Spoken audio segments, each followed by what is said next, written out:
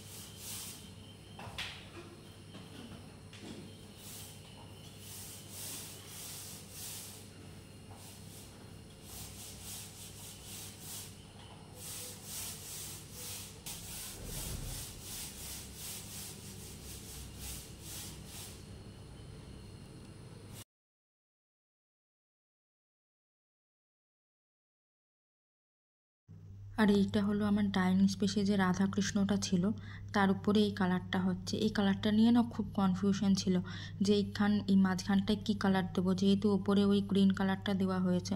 তো ভেবেছিলাম রেড দেবো, তারপরে এই যে দাদা রং করছে ও বললো রেড দিও না, তোমার ইয়েলোটা দাও, আমার মনে হয় বেশি ভালো হবে।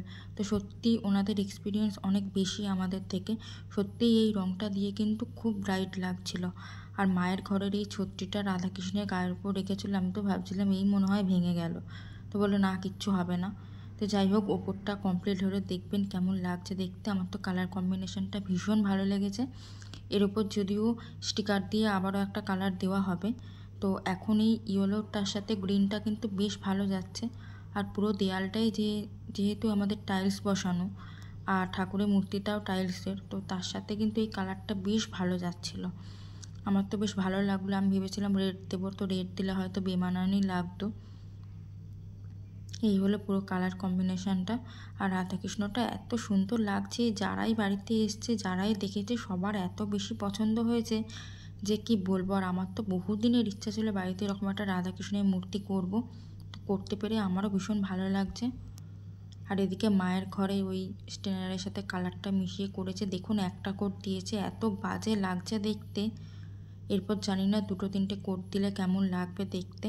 আর এইদিকে এখানকার তো কালারটা তো একদম ধরেই নি, কেন আমি জানি না, ভীষণ বিরক্ত লাগছিল দেখে।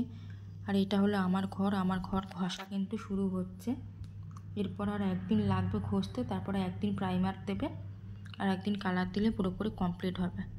আর আমার ঘরেরও ফার্নিচারগুলো এইভাবেই প্লাস্টিক দিয়ে চাপা দিয়ে দিয়েছিলাম, আর যেগুলো বার করতে পারা সেগুলো তো সব বার করেই দিয়েছি। আমরা মানুষ দুজন, কিন্তু ফার্নিচার এত পরিমাণে বেশি যে রাখার জায়গাই হচ্ছে না এত বড় ফ্ল্যাটের মধ্যে। আমার ঘরটা এদিকে ঘষা কমপ্লিট হয়ে এসছে। এই দেয়ালটা ঘষলে কাকুর কমপ্লিট হয়ে যাবে। তো কাকুর হাতে খুব স্পিড, খুব তাড়াতাড়ি কাকু কাজকর্ম করছিল, আমি দেখছিলাম। তো আজকে ভিডিওটা এইটুকুই, পরে ভিডিওতে দেখাবো পুরো বাড়ি কালার করার পরে কেমন লাগছে। তারপরে আমরা কিছু স্টিকারও নিয়ে এসেছি, সেগুলোও লাগাবো।